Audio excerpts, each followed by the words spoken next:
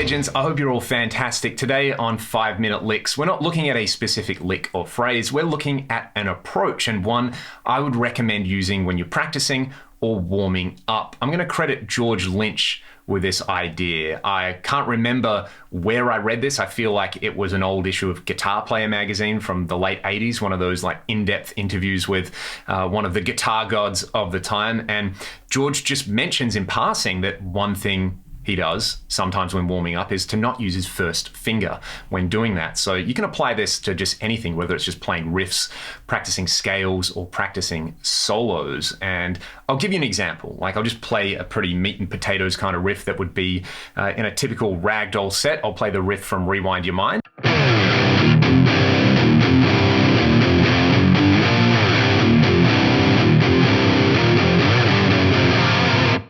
Now, without my first finger, I'm gonna have to use my middle and my pinky for most of that, and I have to figure out a way to kind of get that little tag at the end. So this is gonna be sloppy, but it's kind of the point. I haven't practiced this yet today.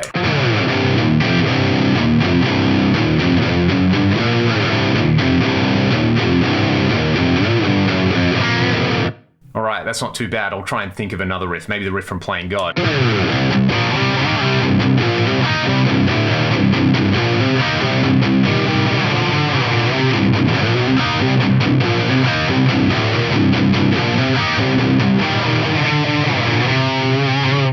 So absolute mess there.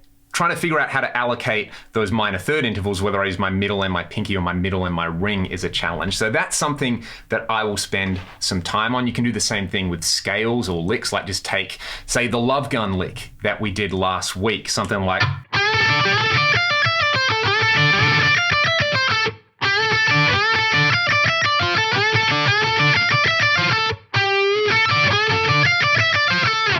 You really do take for granted having that really nice index finger on your fretting hand there to do a lot of the barring stuff, and having to use your middle finger does not feel the same. The whole idea with this though is that like when you do go and play your gig or really get into your practice session, you go back to using your first finger. It feels like you have an extra finger on there, so everything just becomes easier. It's a kind of like the equivalent of altitude training for athletes or something like that. And this is something that personally for me came in really handy one year. I think it was 2014. We did a month-long ragdoll tour of the US, and the day before the tour started, I bought some new sneakers. And you know, they have that little tag on the back of them. When you have brand new shoes, they're kind of tight. And I put my index finger in the little slot, and I was trying to pull my shoes on. And I don't know what happened, but it slipped, and it was really painful. And I had this massive bruise on my first finger, and it was kind of painful to just fret and do vibrato with my first finger. So for maybe the first 4 or 5 shows of that tour, I ended up using this technique, but for the whole gig. So the first couple were really rough. The next couple were a lot better, and I'd figured out by then what I could and couldn't do. And over the course of the tour, kind of healed up, but it was never quite right. I really probably should have seen a doctor. There's another little piece of advice, you know, don't be a macho man and just put up with the pain. Like, it's okay to go and see a doctor if your hands hurt.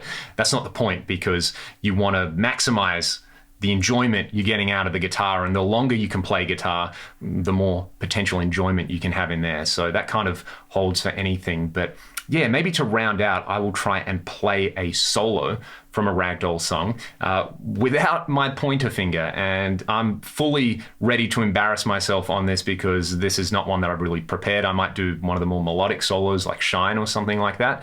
And yeah, I'll throw that little kind of tip out there to everybody. Try warm up without your first finger, then add it back in and feel like you have superpowers. Let me know if this is something you've tried and something you've enjoyed. If you want to reach out and chat about it more, there's a link to the Discord server in the video description. There's also some links to get some free stuff and links to support the channel. All right, time to put this into action. Hope you all have a fantastic week. I'll see you next time. Here's the solo to Shine.